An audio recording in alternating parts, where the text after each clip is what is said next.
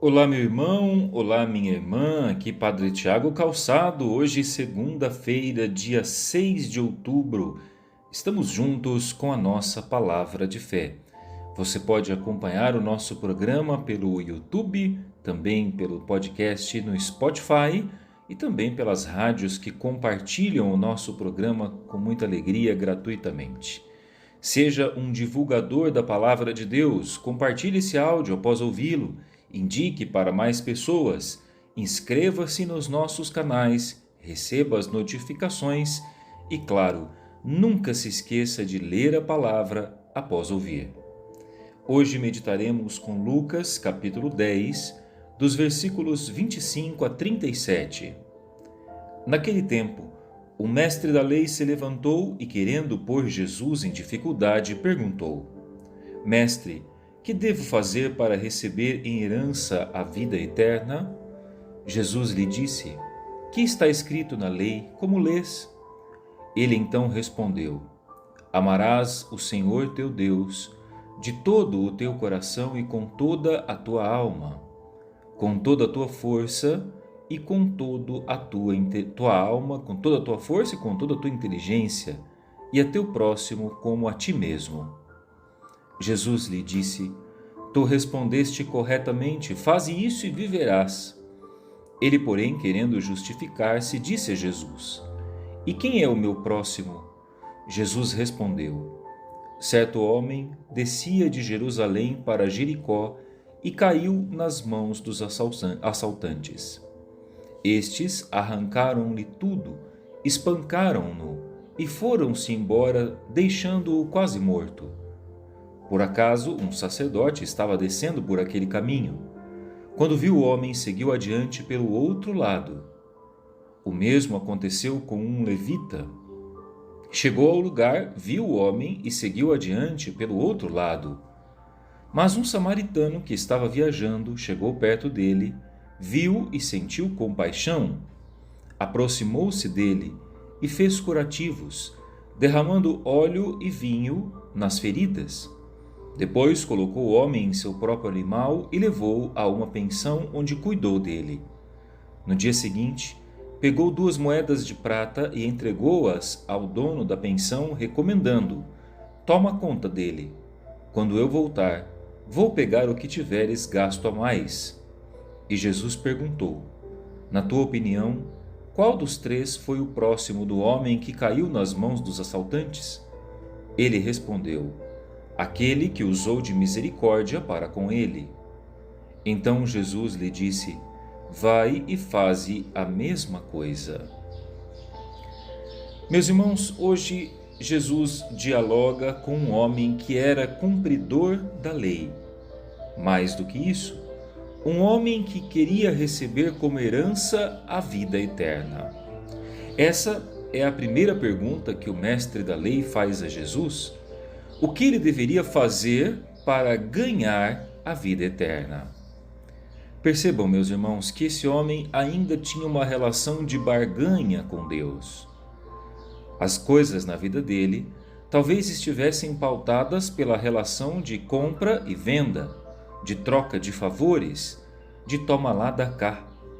E, muito provavelmente, na sua vida de orações, ele esperava isso também de Deus. Um Deus retribuidor de suas ações, como se Deus pudesse ser comprado pelas virtudes que ele praticava. Vejam que esse homem era um conhecedor da palavra. Ele sabia a lei de cor, sabia que o primeiro princípio da lei estava em amar a Deus com toda a tua alma, todo o teu coração, toda a tua força e toda a tua inteligência, como de fato isso está escrito.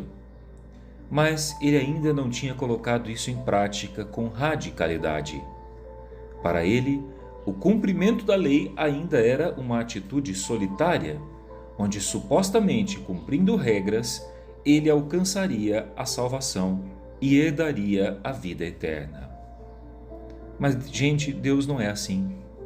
Deus não se compra numa relação de barganha. Não é fazendo coisas que nós vamos atrair a atenção e o amor de Deus. Deus nos ama gratuitamente. Independente daquilo que fazemos, Deus continua nos amando. Independente se somos bons ou maus, se vamos à missa ou não, se cumprimos nossas obrigações ritualísticas ou não, Deus nos ama e ponto. Como é difícil para nós entendermos isso, especialmente se fomos educados numa lógica de negócio, de uma situação de compra e venda, onde Deus talvez estaria submetido aos nossos interesses. Deus não tem os nossos interesses. Deus quer que todos sejam salvos, que todos sejam libertos de todo pecado. Deus quer reunir a todos num grande banquete da vida e, por isso, nos ensina o mesmo caminho. Um caminho de relações gratuitas e desinteressadas. É disso que nos ensina a parábola do bom samaritano, que vem na sequência desse texto.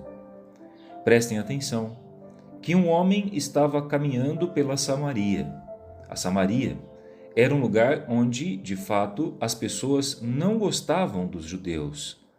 E ali, naquele caminho, ele é tomado por assalto por alguns homens maus que roubaram tudo dele e deixaram-no no caminho.